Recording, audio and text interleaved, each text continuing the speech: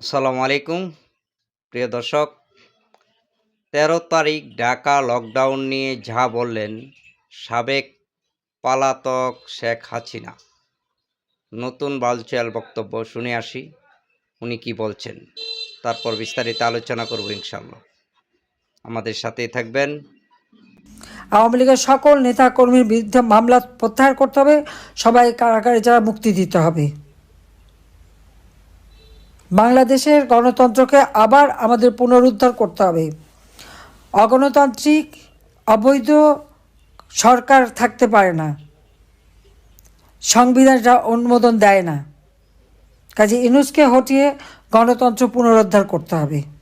শিক্ষকদের যারা লাঞ্ছনা করেছে তাদের এবং আজকে গুলি করেছে তাদের বিচার করতে হবে। শিক্ষকদের যাদের গ্রেপ্তার করেছে অবিলম্বে মুক্তি দিতে হবে।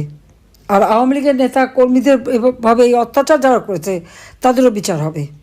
কাজে সকলকেই আমাদের ১৩ তারিখের যে কর্মসূচি সেটা সফল করতে হবে, লকডাউন কর্মসূচি, এবং সাথে ইউনূসকে পদত্যাগ করতে বাধ্য করতে হবে এবং তার হাত থেকে দেশকে রক্ষা করতে হবে। তার জন্য যা কিছু আছে যেভাবে হোক সবাইকে ঐক্যবদ্ধ থাকতে হবে। এইমাত্র আমি খবর নিলাম, ঢাকায় শাহবাগে শিক্ষকরা আন্দোলন করছিল, সেখানে তারা গুলি চালিয়েছে, ১৯ জন গুলিবিদ্ধ আহত, ৫৬ জনকে গ্রেপ্তার করে নিয়ে গেছে। শিক্ষক সমিতির সভাপতি সহ সবাইকে গ্রেপ্তার করে নিয়ে গেছে। শিক্ষকরা তাদের দাবি নিয়ে এসছে, ঠিক আছে, আলোচনা করে সমাধান করুক। সেই নারী পুরুষ নির্বিশেষে শিক্ষকদের উপরে এই জুলুম অত্যাচারকে আমরা তীব্র নিন্দা জানাই, ঘৃণা জানাই, এবং যারা এই সমস্ত হামলা করেছে, গুলি করেছে, তাদের শাস্তি দাবি করি। এবং আমার মনে হয় এটা সকল শ্রেণী পেশা যারা আছে প্রত্যেকের প্রতিবাদ করা উচিত। এর আগে প্রাইমারি স্কুলের শিক্ষকরা যখন আন্দোলন করলো, সেই ছোট্ট শিশু বাচ্চা কোলে ওই অবস্থায় গরম পানি মারলো। মাদ্রাসার শিক্ষকরা আন্দোলন করলো, সেখানে গুলি করে 2টা লাশ গুম করে ফেললো। এই যে মুন্সিগঞ্জে আমাদের এক নেতা বললেন তার ছেলেকে ধরে নিয়ে গেছে আর তার লাশটাও পেল না, তাকে গুম করে ফেলেছে। আজকে আবু সাইদ থেকে শুরু করে যতগুলি হত্যাকাণ্ড ঘটেছে এগুলি তো ইউনূসের মেটিকুলাস ডিজাইনের মাধ্যমে করা। আমরা কেন হত্যা করতে যাব ছাত্রদের? জুলাই 15 তারিখ পর্যন্ত যখন ওরা আন্দোলন করছে তাদের গায়ে একটা টোকাও লাগতে দেয়নি। যখন এরা আগুন দিয়ে পোড়াতে শুরু করলো ঘর বাড়ি মেট্রো রেল সব, এমনকি পদ্মা সেতুতে যেহেতু হামলা করছে, ফ্লাইওভার, বিটিভি ভবন, সেতু ভবন, সড়ক ভবন সব নাকি আমি করিয়েছি। তা আমি যদি করাই তাহলে এই যে তাদের সমন্বয়ক, তারপরে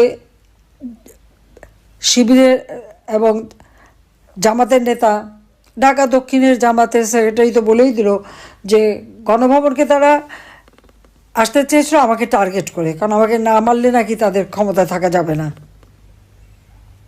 সেই উদ্দেশ্যে আসছে, এটা সে স্পষ্ট বলে দিচ্ছে। আর বিভিন্ন ভবনে যে আগুন দিয়েছে বা জ্বালিয়েছে, বিটিভি ভবন যে জ্বালানো, সে তো যেই খুব গর্ব করে বললো যে সে কোথায় কীভাবে আগুন দিয়েছে। আর এক সমন্বয়ক বললো মেট্রো রেল আর আগুন দেওয়া। তারপর 2 জন আবার পুলিশকে হেলমেট পরেনি দেখে পুলিশ যখন ধরলো বলে দিল পুলিশকে মেরে ঝুলিয়েছিলাম তো ওদেরকে আবার ঝুলাবো। তাহলে যারা করছে তারাই তো গর্বভরে বলে যাচ্ছে, আর বলার সুযোগটা দিয়েছে এই জন্য যে এদেরকে ইন্ডেমনিটি, দায় মুক্তি দেওয়া হয়েছে। যে এইরকম অরাজকতা দেশে কেউ দেখেনি। আর আওয়ামী লীগের যে নেতাকর্মী, আমাদের প্রত্যেকের বিরুদ্ধে মামলা, এখানে কাউকে মানে নারী পুরুষ নির্বিশেষে সবাই, এমনকি ছোট শিশু পর্যন্ত, 13 বছরের ছেলে, 14 বছরের ছেলে, তাদেরকেও ধরে নিয়ে যায়, তাদেরকেও মামলা দিয়ে দেয়। আর লেখাপড়া তো করতেই দিচ্ছে না, কাউকে পড়াশোনাও করতে দেবে না, পরীক্ষা দিতে দেবে না। আওয়ামী লীগ হয়েছে থেকে পড়াশোনা করতে দেবে না। জাতির পিতা বঙ্গবন্ধু শেখ মুজিবুর রহমানের নেতৃত্বে এই দেশ স্বাধীন হয়েছে। তিনি স্বাধীন করেছিলেন বলেই আজকে সবাই এই বিভিন্ন পদে বসতে পেরেছে। আর সেখানে আজকে সেই দল, যে দল সারা জীবন সংগ্রাম করে, রক্ত দিয়ে, জেল জুলুম অত্যাচার সহ্য করে এই দেশটাকে স্বাধীন করলো, সেই দলই থাকতে দেবে না। আওয়ামী লীগ ভেসে আসা দল না, আওয়ামী লীগ জনগণের ভোটে নির্বাচিত রাজনৈতিক দল এবং বারবার নির্বাচিত হয়ে সরকার গঠন করেছে। ইউনূসের মধ্যে ওই ডাকাতি করে জঙ্গিদের নিয়ে, খুনি, হত্যাকারী, ডাকাতি এদেরকে নিয়ে ক্ষমতায় আসে নাই। ক্ষমতা দখল করে নিয়ে সে ভেবেছে দুনিয়াটা একেবারে যেন পাকা একটা কমলা লেবু ছিঁড়ে ছিঁড়ে খাবে, সেটা আর হচ্ছে না। এখন সব দরজা বন্ধ, আর তার রাষ্ট্র পরিচালনার কোনো যোগ্যতাই নাই। চরম একটা অপদার্থ। আজকে অর্থনৈতিকভাবে, সামাজিকভাবে, সাংস্কৃতিকভাবে সবভাবে দেশটা ধ্বংস করছে। আইন শৃঙ্খলার পরিস্থিতি এতই খারাপ যে কোনো মানুষ, কোনো পরিবারের কোনো নিরাপত্তা নাই। এখানে দলমত না, সাধারণ মানুষের জীবনেই নিরাপত্তা নাই। না নিরাপদে রাস্তায় চলতে পারে, না ঘরে ঘুমাতে পারে। যে কেউ যে কোনো সময় যে ঘরের মধ্যে ঢুকতে পারে, কোনো লেহাজ তমিজ আদব কায়দাও নাই। আজকে কী দুর্ভাগ্য আমাদের যে যারা আমার স্বাধীনতা সার্বভৌমত্ব রক্ষা করবে সেই সেনাবাহিনীর সদস্যদের পর্যন্ত আইসিটিতে তাদের মামলা হয়। আমি তো আমাদের আর্মি চিফকে শুরুতেই যখন একেবারে শুরুতে আমি বলেছিলাম যে এদের বিচার এখানে হতে পারে না। যেখানে আমরা যুদ্ধাপরাধীদের বিচার করেছি সেখানে কীভাবে এই আমাদের স্বাধীনতা সার্বভৌমত্ব রক্ষাকারী যারা তাদের বিচার করবে? আর তাদের অপরাধটা কী? আর্মি ডিপ্লয় করা হয়েছে, উপর থেকে যা হুকুম দিয়েছে তারা তাই করছে, তাদের বিরুদ্ধে কেন মামলা হবে? আর এতজন আর্মি অফিসার একসাথে মামলা করা, যদি কেউ অপরাধ করে সেনা আইন আছে, সেনা আইনে বিচার হবে। শুধু তাই না, যারা বিভিন্ন পদে ছিল, অতীতেও যারা ছিল, তাদের সবার বিরুদ্ধে মামলা, সবার পাসপোর্ট বাতিল ইত্যাদি ইত্যাদি। পুলিশে তো মেরে পা বেঁধে ঝুলিয়ে ঝুলিয়ে থানা 460টা থানায় আগুন দিয়ে পুড়িয়ে পিটিয়ে মেরে পা বেঁধে ঝুলিয়ে তাদেরকে ধ্বংস করেছে। এখন অবৈধ অস্ত্র ছড়াছড়ি, এবং এই অবৈধ অস্ত্র কত মানুষের হাতে। কয়েকটা মানে শিক্ষা প্রতিষ্ঠান এবং মাদ্রাসা আছে যেখানে তার অস্ত্রের ভাণ্ডার। কিন্তু আমি বিশ্বাস করি শক্তিশালী জনতার কাছে এই অস্ত্র কিছুই না। এটা আমাদের মাথায় রাখতে হবে। অস্ত্র তো মানুষকেই চালাতে হয়। আমরা তো আন্দোলন সংগ্রাম সবসময় করেছি। হ্যাঁ, আজকে আমাদের সকলের একেবারে অর্থনৈতিকভাবে পঙ্গু করে দেওয়ার জন্য ঘর বাড়ি লুটপাট, আগুন দিয়ে পোড়ানো, অফিস, ব্যবসা প্রতিষ্ঠান,